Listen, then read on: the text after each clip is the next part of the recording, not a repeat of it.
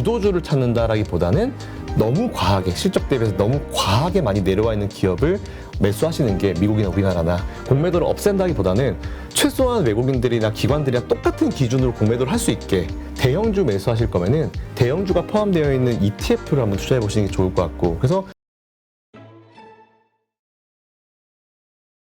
지금 하긴 또 그렇게 얘기하시는 분들도 있어요. 이미 이제 자이언트 스텝 네. 이번에 0.75 네. 그러니까 75bp 네. 하게 되면은 금년도 말까지의 연준의 그 기준금리 목표 3.75인가요? 네. 예, 요게 이제 거의 이제 그러니까 정점에 대한 이야기가 나올 네, 수 네. 있으니까 네. 이제 그 다음부터 이제 오히려 피크아웃 논란처럼 네. 아래쪽으로 가는 거 아니냐 네, 네. 그런 거 걱정하시는 분들도 있긴 하더라고요. 네. 그렇다면 지금 이렇게 우리 지금 증권주라든가 여러 가지 금융주들이 오르고 있을 때 이때 들고 있는 분들이라면 오히려 수익 실현을 해야 될 때라고 보시나요?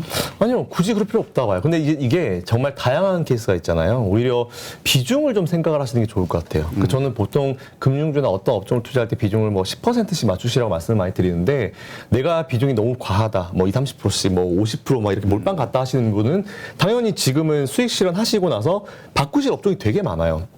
미국도 지금 뭐 성장 좀 안 좋다 하는데 미국은 이제 보통 팡이라고 하는 기업들 그냥 우리가 그냥 뭐 깊게도 안 보고 대략적으로 보고 실적만 잘 나온 거 매수만 하면 수익이 다 날 수 있는 시점까지 내려와 있거든요.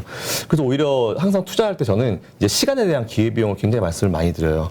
똑같은 시간 투자한다 하더라도 금융주로 뭐 10% 20% 낼 수 있을 때 오히려 철강이나 뭐 다른 쪽에서 40% 50% 수익 낼 수 있으면 그쪽으로 갔다 오는 게 맞다라고 보고 있어서 오히려 저는 이제 수익이 중이신 분들은 어느 정도 좀 수익 실현을 하시고 다른 업종, 낙폭 과대 업종으로 좀 가시는 게 좋을 것 같고 근데 손실 중이신 분들이 제법 많으실 거라 생각을 해요. 많죠. 네. 제법이 아니라 거의. 아, 진짜 참 그게 참 마음이 아픈데. 왜냐면 지금 급작스럽게 주가들이 맞아요. 작년 말서부터 시작해가지고 쫙 빠져버려가지고 대처를 못했어요 사람들이. 맞아요. 그래서 일단 손실 중이신 분들은 조금 이제 시간에 좀 더 투자를 하시되 추가 매수, 신규 매수는 전 잠깐 자제. 오히려 시점에서? 네, 왜냐하면은 이게 매매를 우리 투자를 할 때 매매를 할 때 자꾸 손실이 크면은 우리가 그걸 매수를 해서 단가를 낮추고 싶어해요. 근데 그렇게 전략을 취하지 마시고 오히려 금융주를 들어가셔서 마이너스 20%시잖아요. 그럼 다른 업종이나 다른 낙폭 과대를 매수하셔가지고 거기서 한 30% 정도 수익이 나게 되면은 얘도 손실이 줄어들 거예요. 그럼 두 개를 같이 매도하면 상세가 되고 내 계좌에는 플러스가 돼서 넘어가는 방식이거든요. 그래서 오히려 저는 밑 빠진 독이 물 붓기식으로 바닥이 언제인지 모르고 물타기를 하는 것보다 네, 요즘에 뭐 각질 매매 뭐 이런 말이 되게 많이 나오는데 그런 것보다는 바닥을 확인할 수 없으니까 오히려 낙폭 과대되는 실적주를 매수하셔가지고 그거 수익과 이거 손실을 나중에 상쇄시키는 방식이 지금은 제일 적절할 것 같습니다. 근데 돈이 없어요. 그렇죠. 그게 문제죠. 현금이 없어. 네, 그게 진짜 그러니까 문제입니다. 하려면은 이걸 팔아야 되는데 이걸 팔아서 그러니까 손실을 확정 짓는다는 게 네. 심리적으로 이게 이 고수들도 어려운 얘기잖아요. 어렵죠. 이게. 진짜 어렵습니다. 그래서 이제 이럴 때 저도 그랬던 것 같아요. 투자금이 좀 상대적으로 적었을 때는 이제 어디서 우리가 뭐 막 제 돈 훔쳐올 수는 없잖아요. 항상 우리 있는 돈을 투자를 해야 되기 때문에 투자금이 상대적으로 적을 때는 이제 인내 시간이 상대적으로 좀 긴 것 같아요. 근데 이게 누구나 다 투자금이 뭐 100억이 1000억이 넘어가시는 분들도 누구나 다 이제 처음에 거쳤었던 그런 과정이기 때문에 오히려 지금은 힘드시겠지만 조금 더 버티시고 앞에서 제가 말씀드린 그런 체킹 포인트, 매출액, 영업이익 뭐 이런 부분만 체크하셔가지고 그게 괜찮다라고 하면은 오히려 요즘에 좀 우스갯소리 이런 말씀 많이 들어요. 그냥 덮으시고 업무에 집중하십시오. 잊어버리자. 네, 참 어렵죠, 근데. 네. 하긴 지금 이제 우리가 이렇게 힘드니까 네, 최악의 상황이 자꾸 떠오르는데 그렇죠, 맞습니다. 오랫동안 시장에 계셨던 분들은 이거는 그냥 일상적인 하나의 네. 패턴에 불과하다라고 네. 보는 분들도 있어요. 네, 이렇게 네, 하다가 또 사이클이 오면 또 올라가니까 네.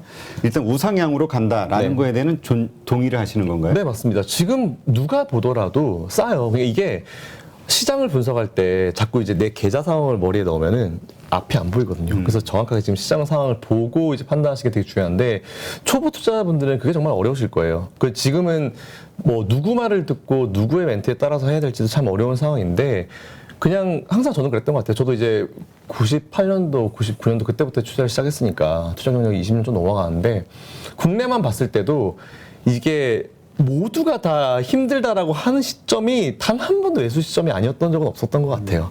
근데 지금 우리가 매수할 여력이 안 되니까 문제인데 그래서 제가 예전에 난 어땠지? 라고 생각을 해봤더니 오히려 그냥 잊고 살았던 것 같아요. 그냥. 그리고 기업에 대해서 한 번 더 공부를 해보는 그런 계기가 됐었던 것 같고 그리고 오히려 시장이 상승하는 시기에는 참 주식 공부나 시장 공부가 어려워요. 근데 지금 같은 경우는 오히려 좀 우리가 좀 디테일하게 좀 살펴볼 수 있는 시점이기 때문에 지금은 정말 어렵고 받아들이기 어려워. 저도 옛날에 그랬지만 이제 시간에 투자하시라는 게 지금은 사실 제일 적절한 것 같습니다. 가장 그 미련스러워 보이지만 네. 가장 지금 시점에서 네. 그러니까 경험이 많지 않은 투자자들에게는 네. 그게 가장 적절한 조언이다. 네, 네. 네, 이렇게 이해하겠습니다. 지금 그 아까 말씀하셨듯이 뭐 능력이 되는 분들, 경험이 있으신 분들은 이렇게 조금 종목을 교체해 보는 거 네. 이야기하셨잖아요. 그럼 어떤 종목으로 갈아탈 것이냐? 네. 이거에 대해서는 우리가 확신만 있으면 하죠. 네. 근데 문제는 이게 오를 것, 내가 들고 있는 게 오를 네. 것 같기도 하고 저게 내가 산다고 해서 꼭 오를 것 같다는 보장이 없잖아요. 맞아요. 그래서 또 오른다 해도 좀 많이 팍 오를 수 있는. 네. 그래서 이제 요즘 많이 이런 시점에서 찾는 게 다음 주도주가 무엇이 될 것이냐. 네. 근데 이게 좀 의미 없는 얘기다. 뭐 이렇게 폄하하시는 분들도 있기는 해요. 네. 어떻게 보세요? 주도주 항상 보면은 저희가 주도주, 대장주 이런 걸 항상 찾고 싶어 해요. 근데 솔직히 의미 없다라고 말씀을 하시는 분들 의견에 어느 정도 동일하고 있는 부분인데 저는 요거를 조금 우리가 돌려 생각해가지고 어떤 업종이 지금 낙폭 과대가 좀 심한가에 한번 집중을 해보는 게 좋을 것 같아요. 주도주? 주도주라고 하면 솔직히 우리나라에서 삼성전자 말고 주도주가 있을까요? 대표주인데 삼성전자 외국인들 들어왔을 때 우리나라 지수 땡기는 거 보셨잖아요. 그 며칠 전까지만 해도 네. 잡주 취급을 받았죠. 1년간. 맞아요.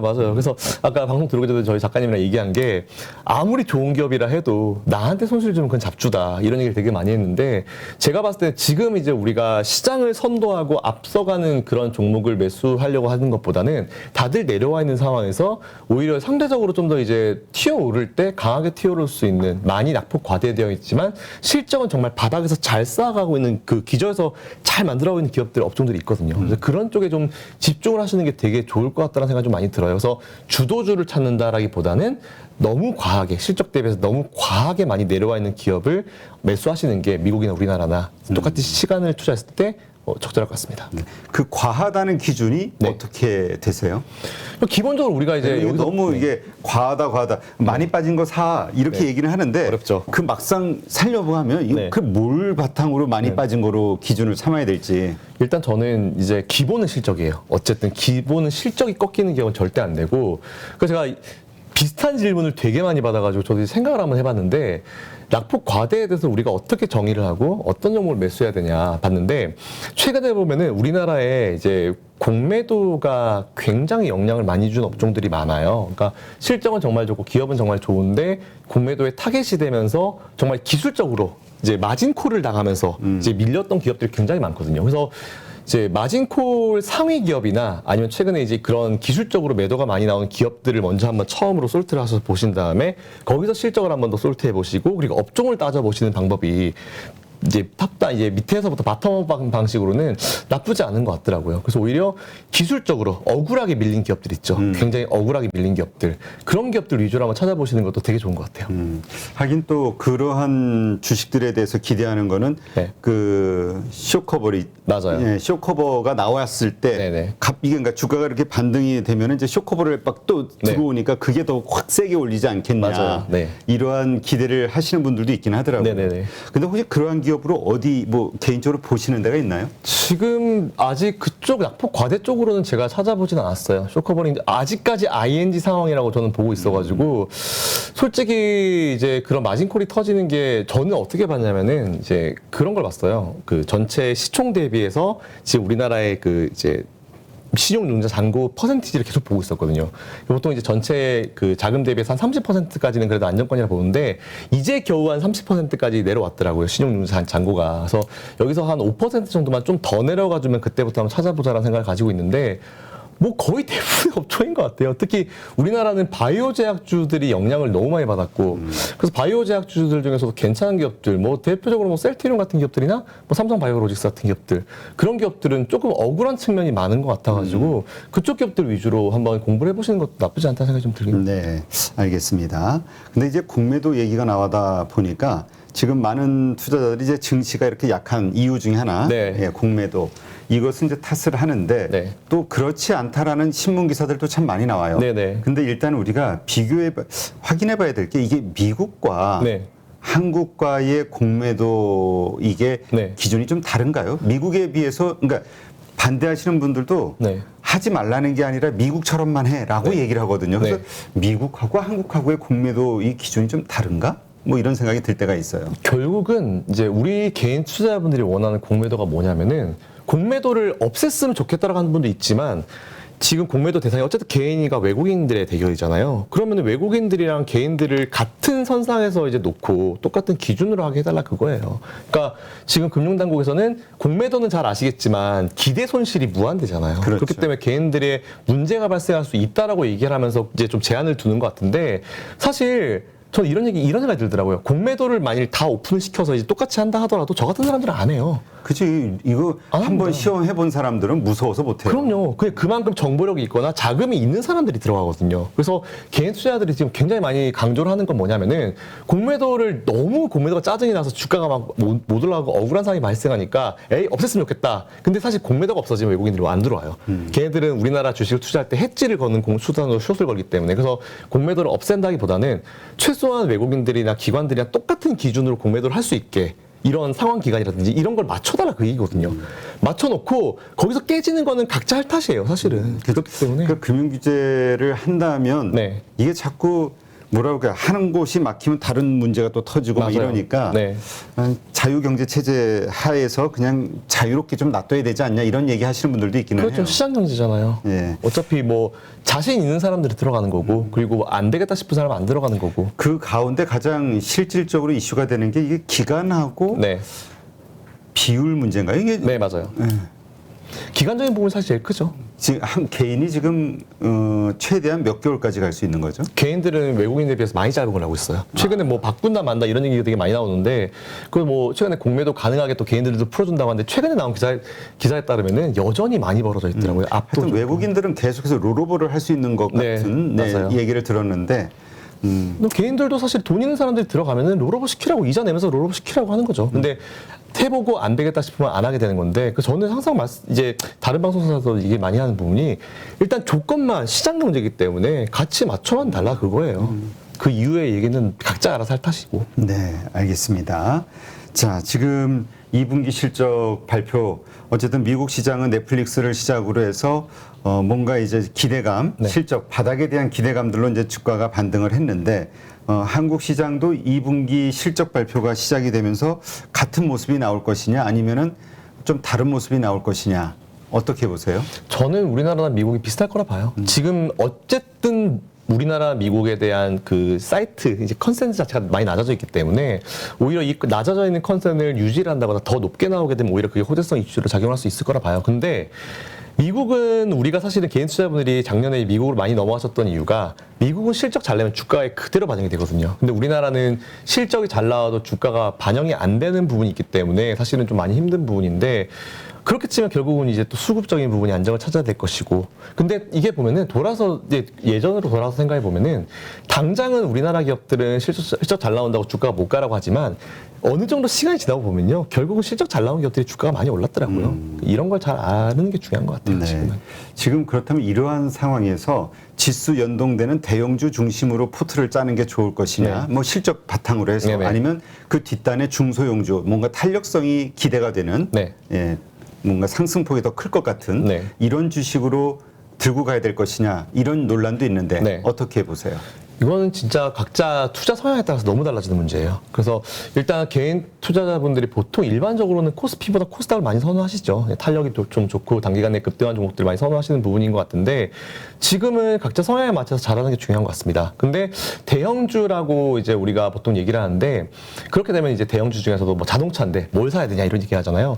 ETF를 좀 많이 활용하셨으면 좋겠어요. 그래서 오히려 저는 대형주 매수하실 거면은 대형주가 포함되어 있는 ETF를 한번 투자해 보시는 게 좋을 것 같고 그래서 대형주는 대형주를 매수하는 것도 괜찮지만 뭐 배당을 원하시면 대형주를 매수하시는데 그게 아니라고 하면 대형주는 ETF로 이제 트레이딩 하시고 나머지 중소형주 쪽으로는 그냥 하시던 대로 이제 비율을 맞춰가지고 투자하시는 게 참 좋을 것 같아요 지금. 네, 알겠습니다. 요즘 ETF가 참 많이 있는데 네. 그 중에서 적절하게 고르는 것도 네. 괜찮을 수 있겠네요. 네, 뭐 개인적으로 좀 괜찮게 보시는 ETF 있나요? 저는 앞에서도 말씀드렸지만 이제 강세론자예요. 뭐 어떻게 하든 간에 저는 이제 강세론자이기 때문에 항상 말씀드린 건데 레버리지 말씀 많이 드립니다. 아, 지금 네, 지수 레버리지. 코덱스 레버리지 뭐 네, 이런 코덱스 것들. 레버리지, 코스닥 150 레버리지 말씀 많이 드립니다. 많이 내려와 있고 올라오고 있긴 하지만 저는 사실 지금 자리가 굉장히 좋은 자리라 보고 있어요. 근데 지금 일부 시각은 네. 기업 실적에 대한 네. 발표 뭐 하여튼 뭐 지금 시작은 좋았으나 네네. 이게 뭐 다 끝난 게 아니니까 네네. 그러한 요소로 뭔가 큰 어떤 하락이 있을 거라고 보시는 분들도 있단 말이에요. 네. 그게 시장. 그래서 인버스 투자하신 분이 사실은 더 많을 수 있어요. 네, 맞아요. 네. 그래서 지금 인버스나 레버리지에 대한 얘기들이 되게 많이 나오고 있는 것 같긴 해요. 근데 모르겠습니다. 저는 근데 요즘에 이런 얘기는 해요. 여기서 만약 한 번 더 누르면은 그게 정말 완전히 진 저점이 될 수도 있다는 생각을 되게 많이 하고 있는데 이미 지금 펀더멘탈을 따져봤을 때 우리나라는 이게 코스피를 따져보니까요. 우리나라 지금 PBR이 1레벨까지 내려왔어요. 0.9대까지 내려왔는데 여기서 만약 LG에너지 솔루션을 빼고 나면 0.8까지 떨어지는 그런 상황이 발생했습니다. 이게 정말 저평가가 된 상황이거든요. 그래서 오히려 저는 이럴 때 인버스는 맞지는 않다라고 보고 있어요. 이미 나올 만한 악재들이 다 나온 것 같고 그래서 이제 지금은 오히려 좀 상황을 좀 반대로 생각해서 보는 게 낫지 않을까 생각하고 있습니다. 그러니까 지금 한 번에 더 어떤 충격은 있을 수 있다라고 네. 보시지만 결국은 그것을 바닥으로 해서 네. 올라갈 것이다. 더 만일 충격이 있다라고 하면은 이제 맥스 5% 안쪽. 네. 지수 대비. 네, 더 그 이하로 내려갈 것 같진 않아요. 네, 뭐 2,100, 2,000 뭐 이렇게 깨지는 것도 보시는 네. 분들이 있기는 해요. 그러나 어쨌건 강세론자로서 네네네. 알겠습니다. 근데 강세론자 말을 네. 우리가 믿기에는 네. 지금 너무 안 최근의 좋죠. 뷰가 너무 많이 달라져가지고 맞습니다. 네, 맞습니다. 그래서 요즘 신뢰를 못 얻는단 말이에요. 아, 그럼요. 아, 요즘에 어디 나가면 너무 힘들어요. 근데 뭐 그런 것 같아요. 이제 예전에 시장이 좋을 때도 항상 비관론자 분들이 계셨던 것처럼 지금 뭐 비관론적인 시각이 되게 많은데 저같이 좀 강세론자를 나와서 좀 다른 시각으로 좀 시장을 보실 수 있게 좀 도와드리는 것도 되게 좋은 것 같아요. 그래서 요즘에는 되게 많이 얘기하고 다니는 게 인플레이션이라는 거를 좀 다른 시각으로 보자는 얘기를 되게 많이 어떻게요? 하거든요. 그러니까 인플레이션을 우리가 막연히 그냥 인플레이션이 너무 심하니까 막 지금 뭐 너무 힘들다라고 얘기하는데 불과 2020년 전까지만 하더라도 그때만 하더라도 디플레이션을 걱정할 때였거든요. 그렇죠. 아베노믹스 써가지고 돈 써가지고 어쨌든 인플레이션 만들자라고 했던 때가 그때였고 그때 당시에 고압 경제란 말이 있었잖아요. 그럴 때가 불과 2년 전인데 2년 만에 분위기가 완전 달라졌거든요. 그러니까 제가 이제 이 인플레이션을 바라볼 때 우리가 과연 소비자의 입장으로 바라볼 것이냐 아니면 투자자의 입장으로 바라볼 것이냐라고 우리가 분명히 나눠서 생각하라고 말씀드렸어요.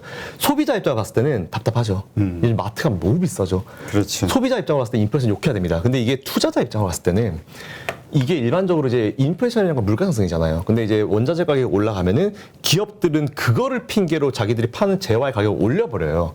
사실 저는 미국에서 코카콜라가 가격을 올렸다는 얘기 듣고 나서 되게 놀랐어요. 왜냐면 코카콜라는 가격을 올리면 이건 거의 뭐 난리가 나거든요. 그렇지. 우리 소주보다도 맞아요. 더 한 건데 우리 네. 소주 값 오르면 난리 나잖아요. 맞습니다. 그래서 코카콜라가 가격을 올렸는데 상대적으로 별로 그 소비자들이 조용해요. 지금 이제 이게 허용이 되는 거죠. 너무 비싸니까. 근데 이게 원자재 가격이 올라갔다는 핑계를 대면서 이제 올렸는데 만약 원자재 가격이 정상화되면은 얘네들이 과연 가격을 내릴까? 절대 안 내리거든요. 그렇죠. 그러면은 어쨌든 지금 비용이 높아가지고 순이익이 좀 낮은 상황인데 원자재 가격은 시간이 지나면서 천천히 나아질 거라 보고 있어요. 그러면은 얘네들이 과연 이걸 낮출 것인가? 안 낮추면 매출은 그대로 유지가 되겠죠. 그러니까 시장의 시선이 지금 얼마 전까지는 10년물, 2년물 국채금리 데드크로스에 집중돼 있었고 그 이후에는 인플레이션에 집중돼 있었고 지금은 또 침체에 집중돼 있었고 그러니까 이게 시각이 돌아가냐에 따라서 얼마나 달라지는데 인플레이션을 봤을 때 저희가 지난번 이제 6월 CPI가 발표됐을 때 항목들 다 살펴보니까 유가가 많이 올라가서 CPI가 많이 나왔어요. 그러면은 당연히 유가가 떨어지게 되면은 우리가 상식적으로 봤을 때 CPI가 안정화되겠네라고 생각해야 돼요. 그렇죠. 근데 7월 달에 지금 유가 많이 떨어졌잖아요. 그러면 사람들이 어떻게 생각해야 되냐? 예전처럼 보려면은 이 CPI가 7월 달에 안정화가 되겠네라고 생각해야 되는데 유가 빠지니까 경기 침체 아니야? 이렇게 판단을 해요. 그러면은 경기 침체, 오케이, 유가 빠져서 경기 침체. 그럼 최근에 유가가 다시 올라가잖아요. 그러면 경기 침체 아니네? 이렇게 생각해야 되는데 또 인플레이션 부담이라고 생각한다고요. 그러니까 어쨌든 결론적으로 우리가 이제 인플레이션을 볼 때 투자자 입장으로 봤을 때는 이 기업이 이번에 인플레이션을 핑계로 이제 재화의 가격을 올렸습니다. 원자재 가격이 안정화되면은 이 실적이 어느 순간 확 부각을 받을 때가 있을 것 같아요. 이게 예전에 2차 세계대전 때도 있었고, 이제 하이퍼 인플레이션이 발생했던 그렇죠. 2차 세계대전 때도 있었고, 유가 파동 때도 있었고, 근데 그 이후에 정말 어려운 시간을 겪어왔는데 그 이후에 그게 나중에 실적으로 들어오면서 지수가 슈팅이 나왔거든요. 그러니까 저는 앞으로 보는 그림을 그렇게 보고 있습니다. 네. 그래서 지금은 주식 비중을 줄여야 될 때가 아니다. 아, 네, 아닙니다. 그럼 지금 현금을 들고 있으신 분들 입장이라면 적극적으로 사야 될 구간이라고 보시나요? 네, 왜냐하면 지금 현금 자체가 굉장히 가치가 떨어져 있는 상황이잖아요. 그래서 오히려 지금은 이제 이런 상황에서는 주식을 우리가 무조건 매수를 해야 된다라고 보고 있는 상황입니다. 네, 알겠습니다. 네, 이렇게 해서 LNS 홀딩스 대표시죠 김선영 대표님과 함께 지금 시장 어떻게 바라봐야 될지 한번 살펴봤고요. 네, 강세론자의 입장에서 또 우리가 요즘 하도 죽겠다 얘기만 하다가 네. 너 이렇게 강하게 희망적인 얘기를 하시는 분 뵈니까 네, 또 힘이 나네요. 네, 오늘 좋은 인사이트 고맙습니다. 네, 감사합니다. 누구나 1시간 안에 200개 종목에서 좋은 종목을 고를 수 있는 그런 능력을 배양할 수 있도록 제가 도와드리려고 그렇게 하고 있습니다.